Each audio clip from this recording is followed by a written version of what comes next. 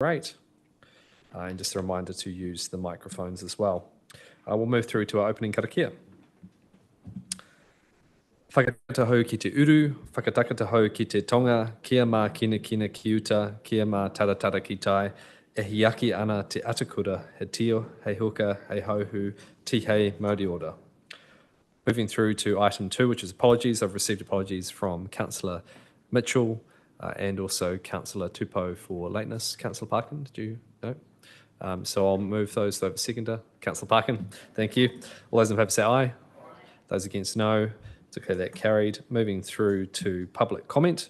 Of course, as per usual, we have 3 minutes for public comment, including any time for questions. So first up, we have Alfred Memilink. Welcome, Alfred. Please feel free to come forward. And Alfred is speaking to item 6B, 5B, which is the proposed time-limited parking at 223 the Esplanade. Thanks, Alfred. Thanks for this opportunity. First up. Thanks very much for considering the parking at 223 for P60. There's a little bit of miscommunication and error in the days, and if it's where it says the business owner had raised concerns regarding parking availability on weekdays, not weekends. And it should be preferably the most important is the weekends. And if I can briefly speak to it, there are 2 parks in front of the gallery. The gallery is out of the way, it's not on a business street, and it relies on passing traffic being able to easily stop in front of the gallery. And so many customers that we do get say, oh, I finally found a car park, so I came in. And so the weekend business is the weekend trading carries us through for the rest of the week. And occasionally, because there's 2 car parks and they're not marked, a car would, someone visiting the beach, especially in the summer, might park in the middle and take up 2 car parks. So during that time, the gallery is completely quiet, because we don't have the people parking. So yeah, the weekend's the busiest time, and if it was possible to change it to 7 days, or the P60 changed to 7 days instead of Monday to Friday, would be greatly appreciated. And we have got consent to set up a coffee shop, but we're just waiting for a few things and that'll be even greater then. There's generally plenty of car parks at the rest of the Esplanade and the side streets for neighbours and other parking, but it's just the fact that the visitors to the gallery count on being able to park in front of the gallery. I hope that's clear, and I'm happy to answer any questions. Thanks, Alfred. Councillor Shaw. Oh, thanks for coming in, Alfred. So what you're proposing is 7 days at the same time, 8 to 6? That'll be great. Yeah. Okay. Any other questions? Really appreciate it. Thank you, Alfred.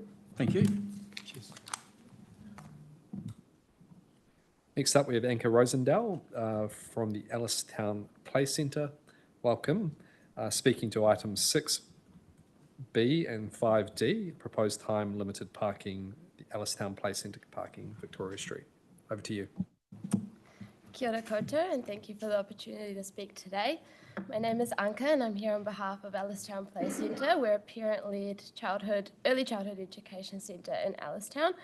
We're grateful for the support we've received from Council in the past, and we're here today to ask for your reconsideration of the proposed parking time outside our centre. This car park is vital to the safe and smooth running of our play centre. It's located next to a playground and a school, but during weekdays it's used primarily by our whānau parents and caregivers that attend Play Centre with their tamariki. Unlike other ECE services, Play Centre operates under a unique whānau model where parents stay for the duration of each session, which runs from 9 till 1 3 times a week and from 9 to 11:30 at other times. That's 4 hours of active involvement, and we need a parking allowance that reflects this. Access to this car park is not just a convenience, it's a necessity for safety. Our families are often arriving with multiple children, baby capsules, prams, and car seats. Navigating the busy Victoria Street and other side streets with small children, especially in poor weather, is not safe or practical. Previously, we met on site with 2 parking officers to discuss the issue, and at that meeting we were told that a 2:40 time limit would not be agreed to. In good faith, we accepted a 180-minute limit as a compromise, only because it was better than the current 120. Their proposal of 180 minutes doesn't fully accommodate our session times and continues to place an unnecessary burden on our families. We're asking Council to please consider a 4-hour or 240 limit during weekdays only. This would support safe access to our play centre during quiet weekday periods and still leave the car park free for other users in the afternoons, at school pickup time, evenings and weekends. Thank you again for your time and considering our perspective. We care deeply about our tamariki, our community, and making this work in a way that is safe and fair for everyone. Thanks, Anka. Is there any questions from members? Councillor Parkin. Kia ora. Thank you for your speech and well done. always interesting coming here and trying to speak to a group, but well done. In terms of the question, one of the concerns raised by officers was access to the playground for visitors. Yeah. Would it work for you if we, say, had 2 car parks set aside at 1 hour for the playground and the rest set at the 2:40? I think that would work because there are 7, 8. One of them is technically not a car park, but it's used as one. And then obviously we would prioritise those people in our community that need it the most. The rest of us that can walk will walk, but those that need it the most for small children and heavily pregnant or other sorts, yeah, that would be a good compromise. Councillor Brown. Yeah, I'm just trying to get it in my head because I do remember last time that was made. Are you saying that you want it increased to 4 hours so that some parents can use it for 4 hours? I'm a little bit confused, like all parents, some parents, because then it would just be tied up by a couple of parents, or and is it for the long-term parking of the 4 hours while parents are there? Yeah, so on Monday, Wednesday and Friday is when we have our longest sessions that would need the 4 hours. Tuesdays and Thursdays are only until 11:30, but it's all parents, apart from maybe 1 or 2 that drop their kids off, but the rest of us stay to make up the teachers because we don't have paid teachers. So it would be for all of us at 10. I know it wouldn't cover all of us, but it would cover the majority and especially the ones that would need it the most. Sorry, does that answer the question? And are the other sessions 3 hours? Like you're saying there's some that's 4, there's some that's 3. Tuesdays and Thursdays are only 3 hours, yeah. One of the challenges we have when we try to, it's quite a process to change time limits on parking across the city, and to try and do that in a way that caters for individual needs is always tricky. So is there a risk that those times may change for the play centre, in the future, and then we find ourselves in a similar position, if we were to make that type of change you're suggesting? I don't believe so. Those have been our operating hours for as long as I've been there and as long as I've been aware. We're quite a busy centre. Other smaller centres that are more rural or outside of the city, they would have reduced hours, but we are open every day and those aren't going to change or have changed in the past. That car park didn't used to be timed, and this only became an issue a few years ago when the time restriction was placed, and at that time it was essentially an understanding that it wouldn't get monitored. But this whole agreement happened at the end of last year when that monitoring process started being implemented. So up until now, we kind of slid under the radar, but it sounds like it won't be under the radar anymore. Cool, thank you. Okay, really appreciate you taking the time. Thank you. That is all of our public speakers. So we'll move through to welcome Councillor Tupou to the mayoral statement. So first off, I'd just like to begin by acknowledging all of those who attended the recent delegation to Mino City in Japan, marking the 30 years of our sister city relationship between Lower Hutt and Mino. It was a privilege to lead the group and to experience the warmth and generosity of our hosts. Highlights included school and business visits, a formal anniversary ceremony, and a special moment meeting Setsuko Hashimoto, the widow of the late Mayor Hashimoto, who helped establish the relationship back in 1994. Having mana whenua travel alongside us added real depth to the visit, and we're looking forward to building on those connections through future exchanges and shared projects. We'll also have a more formal update to Council from the delegation once everyone's over their jet lag as well for the next Council. I also just want to acknowledge recent appointments to council-controlled organisations. Dr. Sarah Rushholm, and Mr. Kit Nixon have joined the board of Seaview Marina, and Ms. Angelique Jackson has been proposed to be appointed to Urban Plus.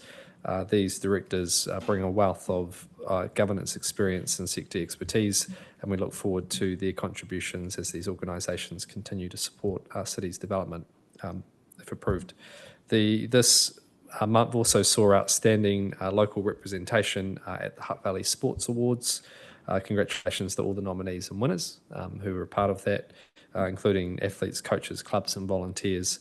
These awards, I know, are always a highlight in the calendar, and I know that a number of you are heavily involved, particularly Councillor Briggs and Councillor Shaw in particular as well. So thank you for your guys' contribution and a fantastic night celebrating all of the sporting success that we have in the Hutt Valley. Finally, before we get into our meeting officially, I just want to acknowledge the recent passing of two individuals. First, Nick Nuhinsai, a founder of Tempe Sister Cities and a key figure in our sister city relationship with Tempe, Arizona, passed away earlier this year. Dick's legacy is one of vision and connection. Was honoured recently as we flew the Arizona state flag at half-mast during his memorial. We were also devastated recently to learn of the passing of Shane Richardson, a proud Wainuiomata boy and a talented international motorcycle racer. Shane represented Wainuiomata in Lower Hutt and New Zealand with courage and humility, and I know that our thoughts are with Hannah, their children, and the Richardson whānau, and all those that are mourning his tragic and sudden passing as well. So I'll just move that mayoral statement be noted, seconded by Councillor Briggs. All those in favour say aye. Those against, no. Thank you, everyone. Moving through to conflict of interest declarations. So is there any conflicts to declare? No? Great. So we'll move through to committee minutes with recommended items. First up, we have item 6A, which is the Audit and Risk Subcommittee from the 23rd of April, and that's on page 11. So I'll move that the minutes of the Audit and Risk Subcommittee be adopted with the exception of item 5. Secondly, Councillor Briggs, any discussion? All those in favour say aye. Those against, no. Declare that carried. Item 5, which is the update on artificial intelligence at Council on page 12 of the agenda. So I'll move the recommendations 1 through to 8. Is there any questions on that? Just generally that paper? No. Okay, 1 through to 8. Do I have a seconder? Councillor Dyer. Any discussion? All those in favour say aye. Those against, no. Declare that carried. Moving through to item B, which is the Traffic Subcommittee from the 20th of February, page 21 of the agenda. I'd like to invite Councillor Shaw to move the adoption of the balance of the minutes. Thank you. That the minutes of the Kumiti Iti Arawaka Traffic Subcommittee meeting held on the 24th of April 2025 be adopted, pages 21-30, with the exceptions of items 5A to 5G. I think at this stage, given that we've had some public comment, we may wish to discuss items 5B, 223 East Narden, item 5D, Ellerstein Place Centre parking. So I propose that we move the items 5A, 5C and 5E to 5G in block. What we'll do first, so we'll just move that initial motion, which is the minutes. So I have a seconder for that one. Councillor Dyer, all those in favour say aye. Aye. Those against, no. Declare that carried. Yep, and back to you there, Councillor Shaw. So you're moving items 5A, 5C, 5E and 5G, and then we'll leave 5B and D, which were mentioned in public comment. Yeah. for us to discuss before we vote on those. Correct. Yep. So seconder that. Is there any? So we're taking all those other ones in bulk. Happy, Councillor Dyer. Any discussion, Councillor Dyer? Yeah, just wanted to speak really briefly to item G, which is the proposal to streamline the consultation process, noting that this is quite a big change for the traffic subcommittee, that we are going to give officers more delegated authority to engage and consult with the public and make decisions internally without having to come through the cycle of council. So it is quite a change, but I'm really excited about how we can actually streamline the whole process. Okay, great. All those in favour say aye. Those against no, declare that carried. So we have items 5, we'll do 5B first, which is the Esplanade. John Paul, did you want to? John Paul, that sounds like a...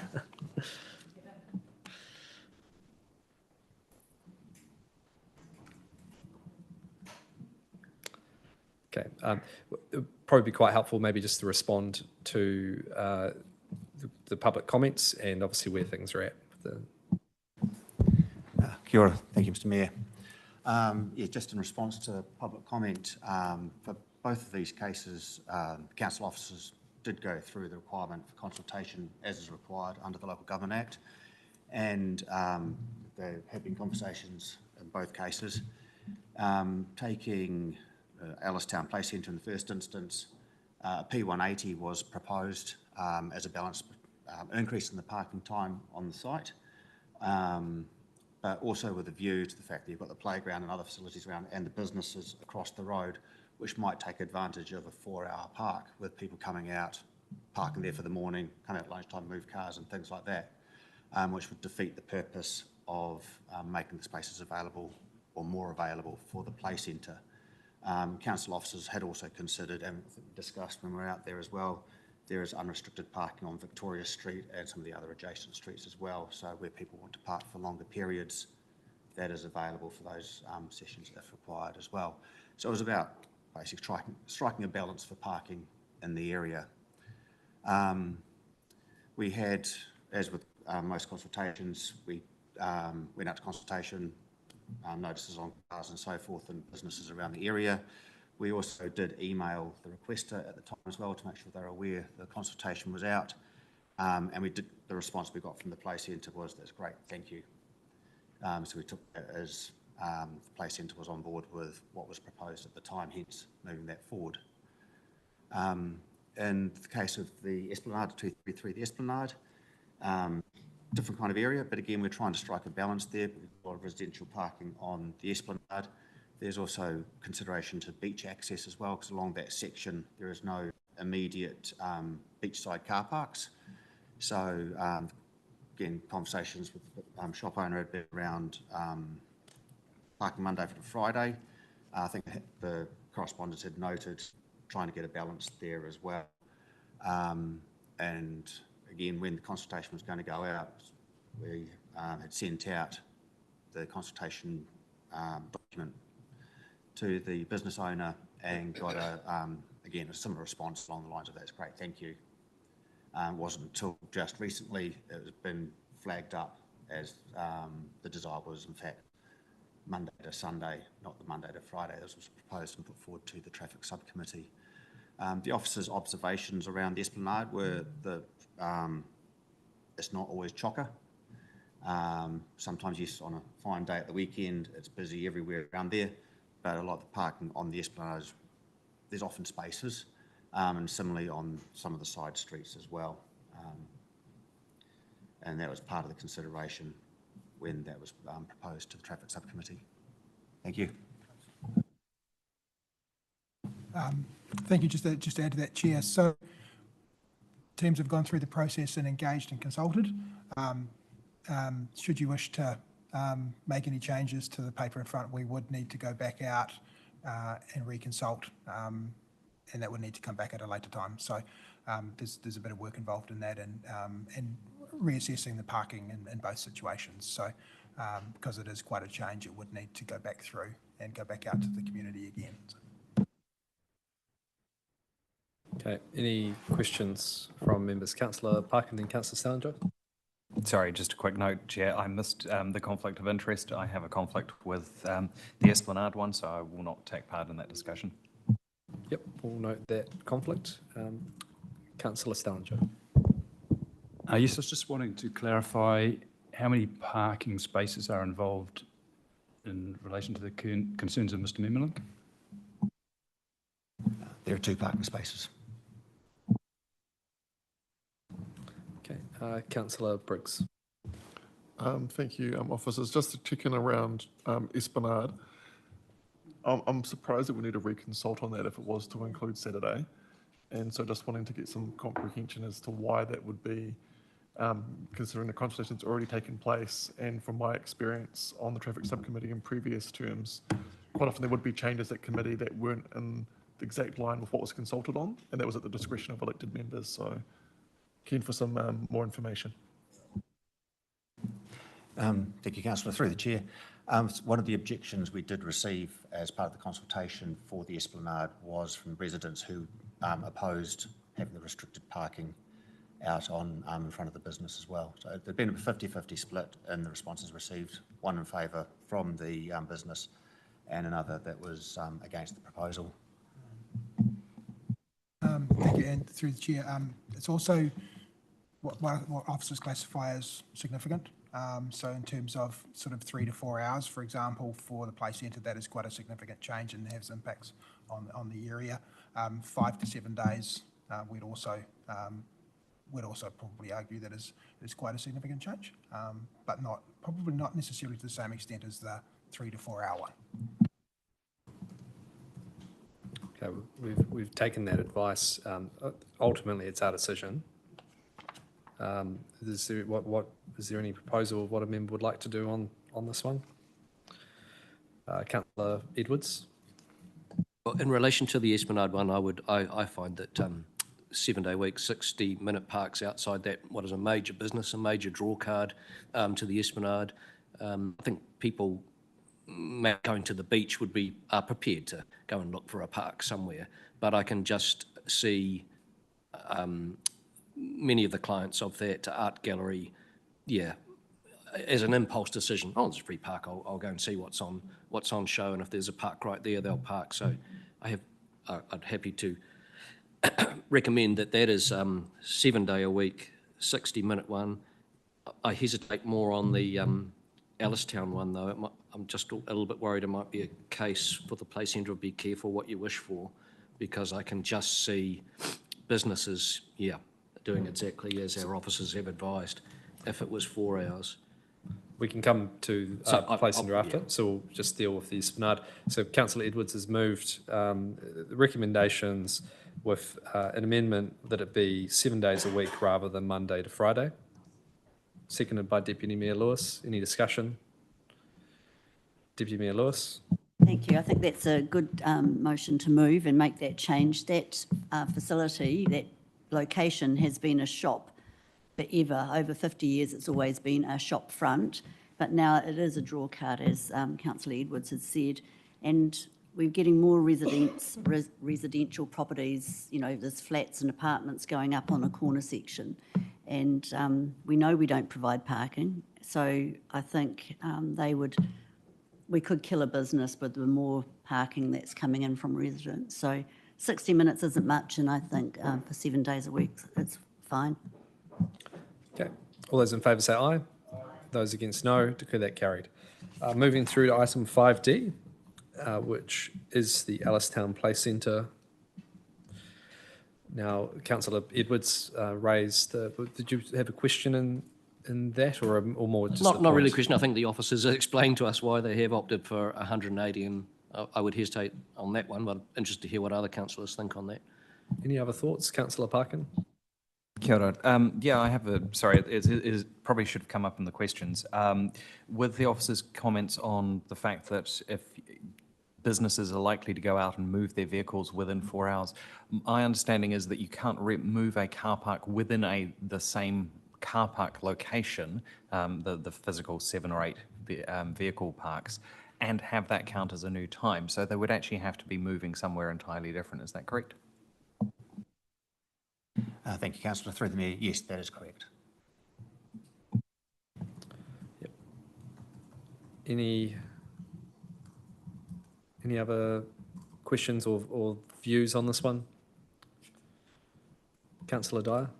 Yeah, I'm kind of real on the fence on this one. The whole reason this became an issue is because the play centre came to us years ago saying they were having an issue with businesses parking in this area and weren't getting access to the play centre. So we brought in these changes to make it easier for them, which has now kind of had the unintended consequence. I do worry if we make it larger, we're going to just be replicating the issue that we were trying to fix, I think 4 years ago when this first came to us. Noting there are a lot of car parks on Victoria Street, so those that are going to be there for half a day, it might be a slightly longer walk, but it does free up those car parks. So I'm comfortable-ish with what's in the report in front of us. Councillor Parkin? Kia ora. I think Anka's described the situation within play centres quite eloquently. It is different to your average kindergarten. It's different to a business. These are, and as a play centre parent myself, or ex-play centre parent, I don't think you ever escape. It is one of those things where actually these people are supporting the education of not only their own children, but also those around them. There's a lot of adult education that goes into this. It is community building at its heart, and I think that we should be supporting it. And yes, I acknowledge that officers have indicated that there may be some unintended consequences with this. However, I think with a 4 hours limit and the inability for businesses just to go and reshuffle their cars into exactly the same car park next door, I think that eliminates the majority of that risk. And while I would be quite happy to see us integrate something in the order of a 2 1-hour car parks so that people who need access to the playground and are not members of the play centre have that option, I think that would have been a much better approach to take. Slightly disappointed that wasn't what was consulted on, but that is the nature of the beast. And I think that, as Councillor Briggs has already said, we do have the ability as elected members to take on board the feedback from the consultation that we are given and digest it. And ideally, yes, this should have come through the committee, and unfortunately, I'm sorry, as a member of that committee, that did not happen. But that would be my preference to see that happen. Okay. Any other views, or someone like to move?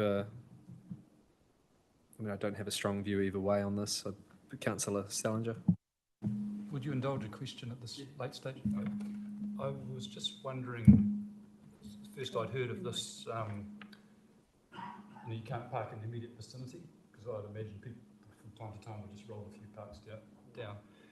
Do the officers have any way of enforcing that? So if someone was to move out of one time restricted park, move 3 or 4 down into another one, chalk's rubbed off if there was chalk, would there actually be a ticketing, or is this all based on trust? Yeah, with the older style of parking enforcement and marking cars with chalk and the likes, it was always difficult. Now with the license plate recognition vehicles, it's become a lot easier because it's got that sort of geolocating ability. Councillor Brown. Yeah, I asked a question about who would be using the parking because it is only 2 parks, but I do remember when we covered this topic last time, and that the 3 hours was based on the businesses not using, because when they first came to us, it was about businesses using the car parks. And I note that we've got a lot of play centres, a lot of kindergartens around the city, and we don't adapt our parking to each and every kindergarten. So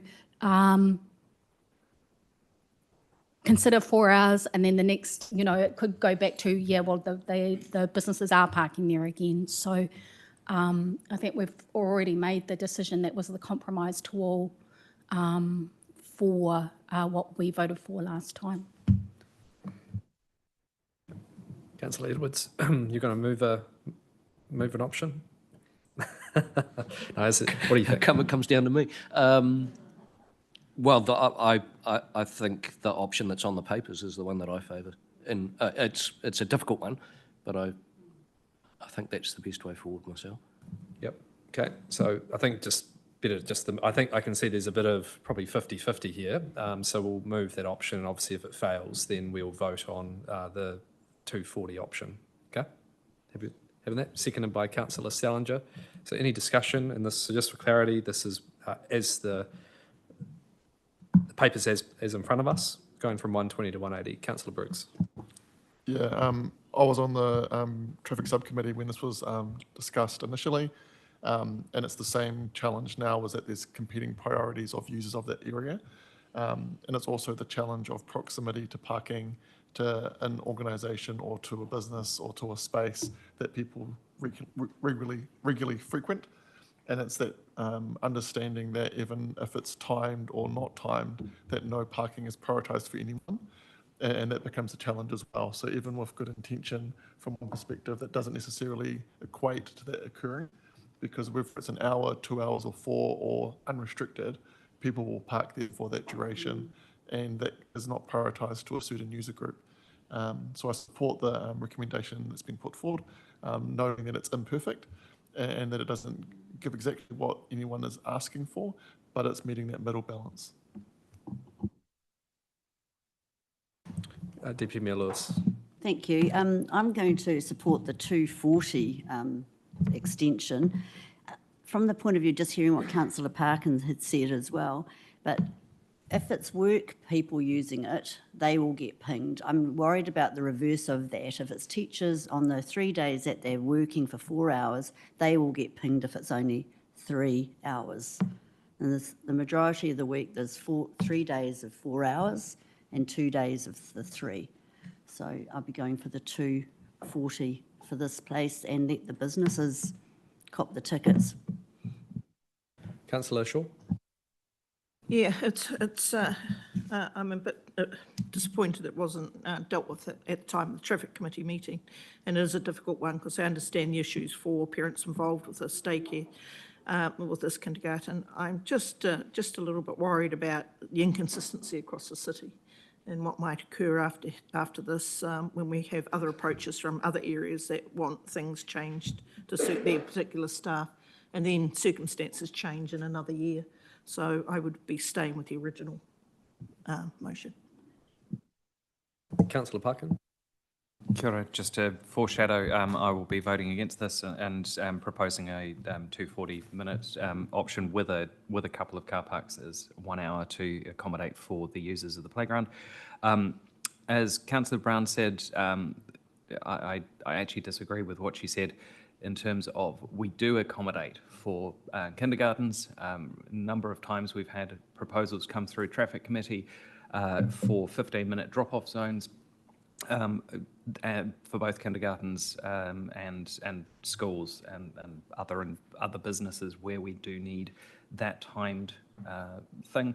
I acknowledge the concerns of officers and my fellow elected members in terms of businesses using that environment, but I think it's a risk that we need to take because that is what the play centre has asked for and is what will best suit them. And if we find that it doesn't work, then okay, we have to come back and deal with this again. But that is the part of being good legislators. We review what we've done and see whether or not it is fit for purpose. We know and have clear indications that a 3-hour car parking time limit will not be fit for purpose. And we have a direct request for the majority of the users of that car park and close proximity. We want to support community. As a council, it is one of our priorities, and this is a clear way to support that community. Okay. Any other comment? No. Was there? Did you want to be a councillor, John? No, look, happy. If is it just a point of clarity? Yeah. Okay. Thanks, Mayor. Sorry. Just if the 240 is the preferred, then we'd ask that you refer that back to the team to do further work and consult. And if members want, like Councillor Parkin suggested, park 60s, that is a restart in the process for both that and the 240 in terms of consulting. So we didn't need to bring that back at a future meeting. Yeah, I think I would agree with you if we were then looking to do a 60-60, 240. I think if we were just to go 240, we're just going to make the decision today. But let's just put it to this vote anyway, and then we can have a further conversation on that if it fails. So all those in favour for 180, please say aye. All those in favour say aye. Those against, no. I declare that carried. Okay, thank you. Appreciate, and thank you for coming to give the time to speak as well. We really do appreciate it. Okay.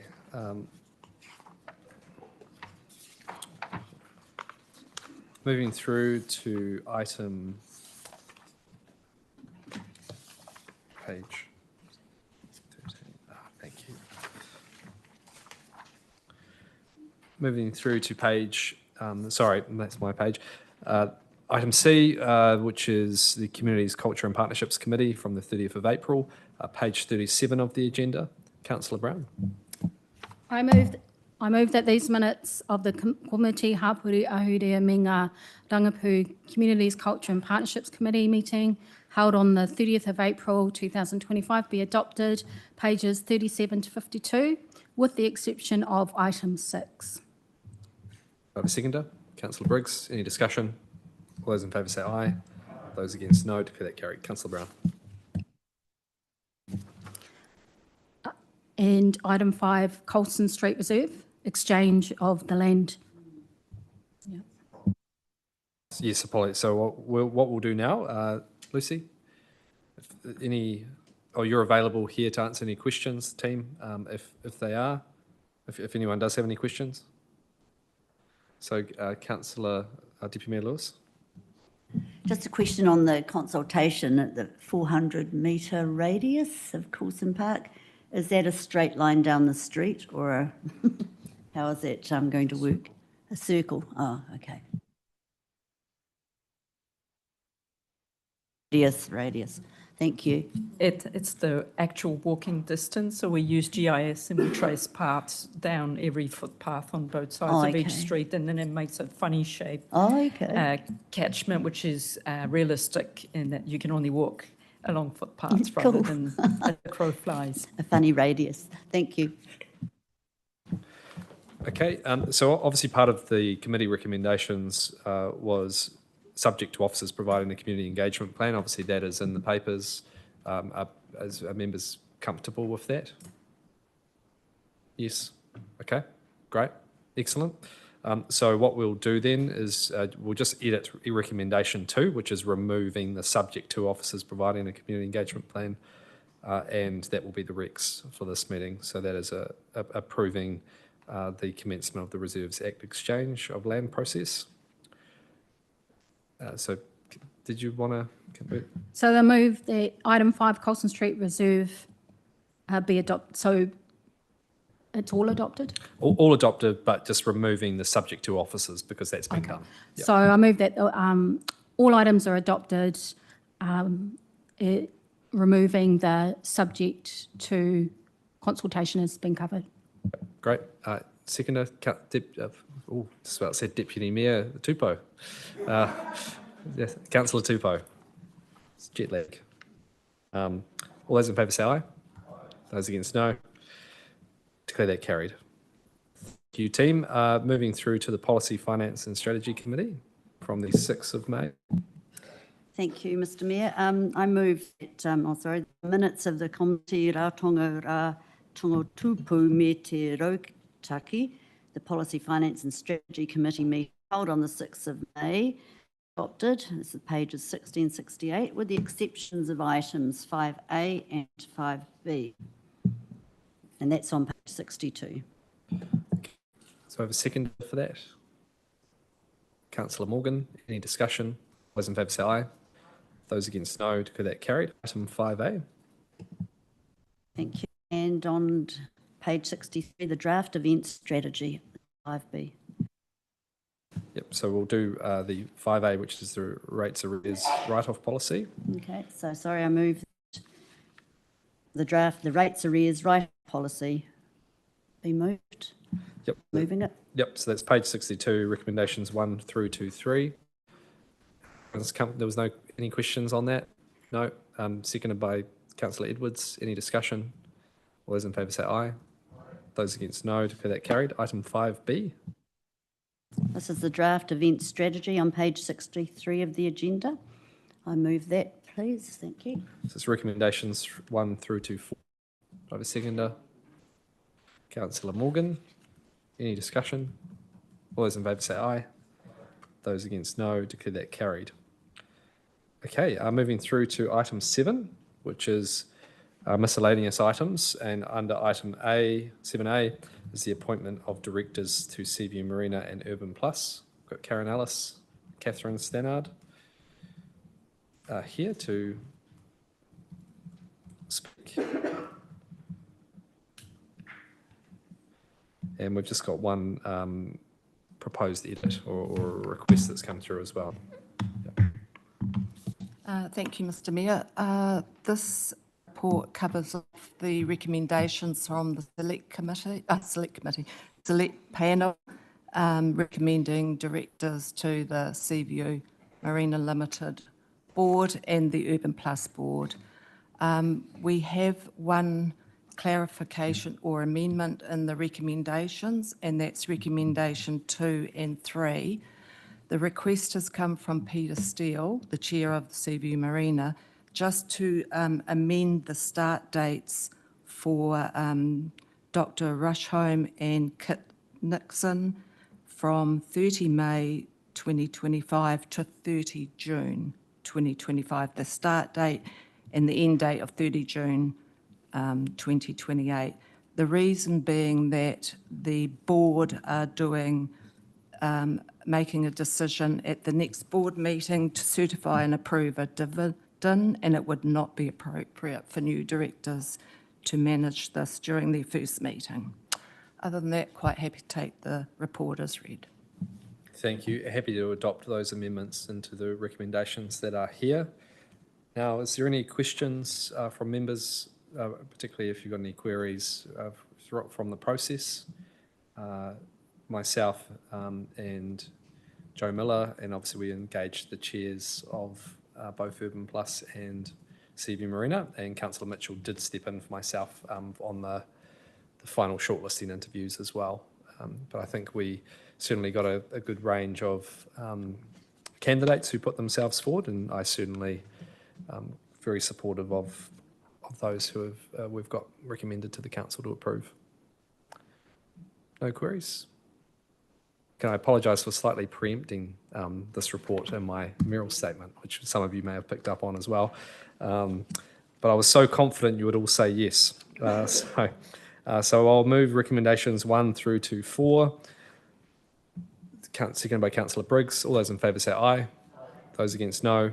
Declare that carried.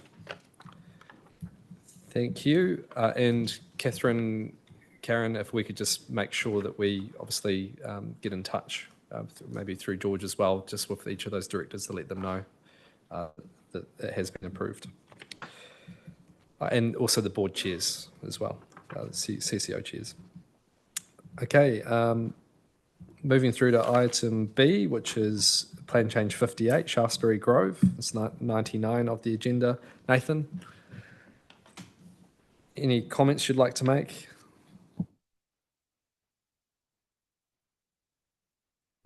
Happy to take the paper as read. The only thing I'll note is that this is the final step in this process. This is the decision that allows the plan change to make its way into the operative district plan. Okay, any questions? Move recommendations 1 through to 3. Do I have a seconder? Councillor Dyer, any discussion? Councillor Dyer. Yeah, just wanted to really briefly acknowledge the other panel members that sat on this plan change with me. Robert Schofield, the chair, and Liz Burge for their work on navigating this issue. Thank you. Okay. All those in favour say aye. Those against no.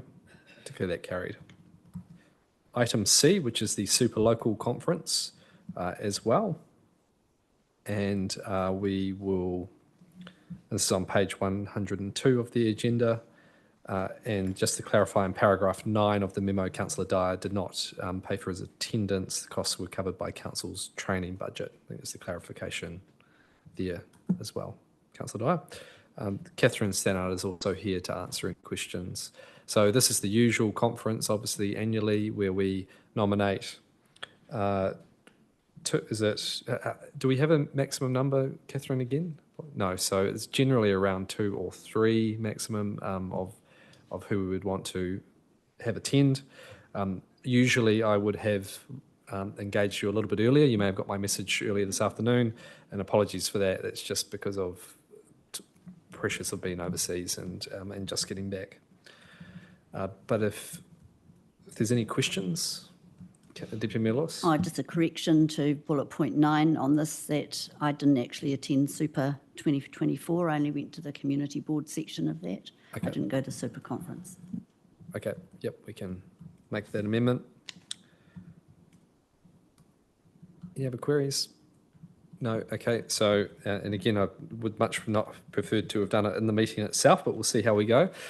Now, is there any interest from members who would like to attend? Okay, so Councillor Briggs, Councillor Parkin, Councillor Brown, Councillor Tupou. But make sure I'm looking over this side as well. Anyone else? No? Okay, so that's 4. Now, just checking of those councillors, you may be able to remind me, and I would have found this out prior, is anyone last year attended as the council person, not through their own training budget? So, Mayor, that's on page 103 in the agenda. It states who attended in 2023 and 2024, both as representatives and under their training budget. Cool. Sorry, apologies.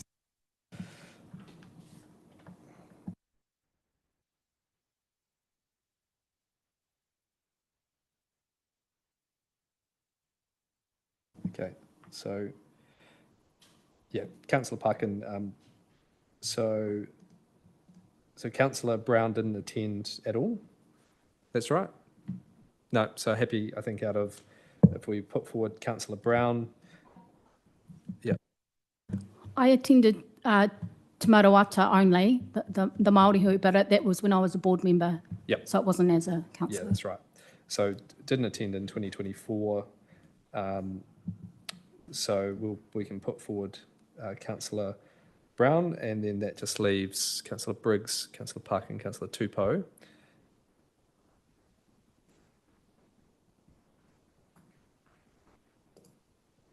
Which all 3 of you attended last time as the council reps.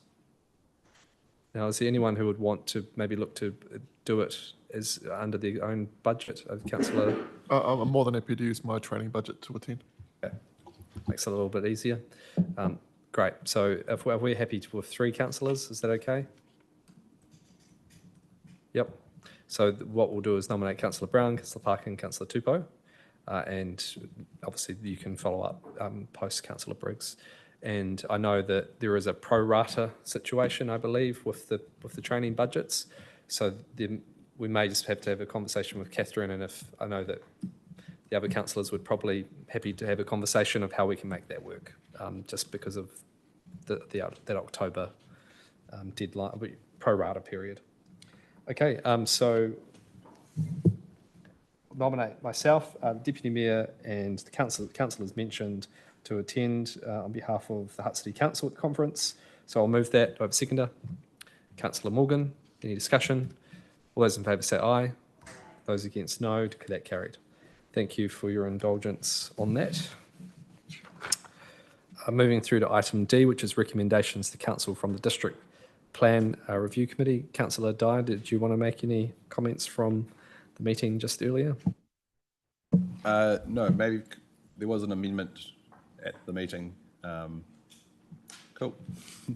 We're going to pass it over. We've just got a technical issue with getting things on the screen. So cool. I'll read it nice and clearly then. We've got the 3 recommendations in front of us on page within this agenda.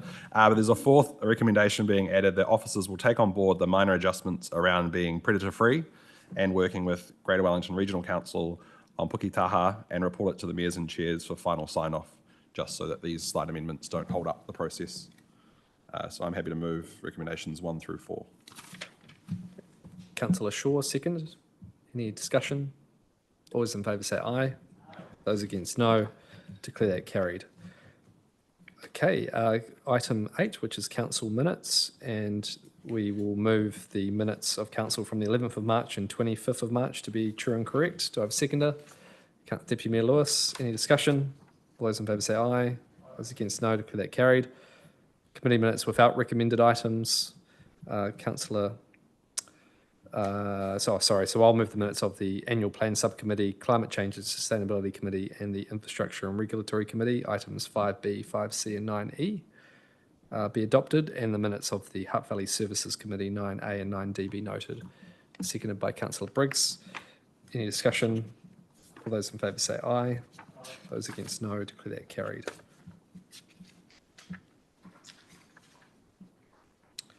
And so item 10, which is the Sealing Authority, page 172. So I'll move the recommendation there. Seconded by, I have a lot of Councillor Briggs in here. I'm trying to get someone else. Councillor Stallinger. Okay. All those in favour say aye. Those against, no. Declare that carried. Moving through to item 11, which is questions. I've received no questions. What we'll do now is move to exclusion of the public, and I'll move that the public be excluded from the following parts of proceedings, namely items 13, 14 and 15, Civic Honour and Youth Service Awards, council minutes and council minutes without recommended items. Move that. Do I have a seconder? Councillor Dyer. All those in favour say aye. Those against, no.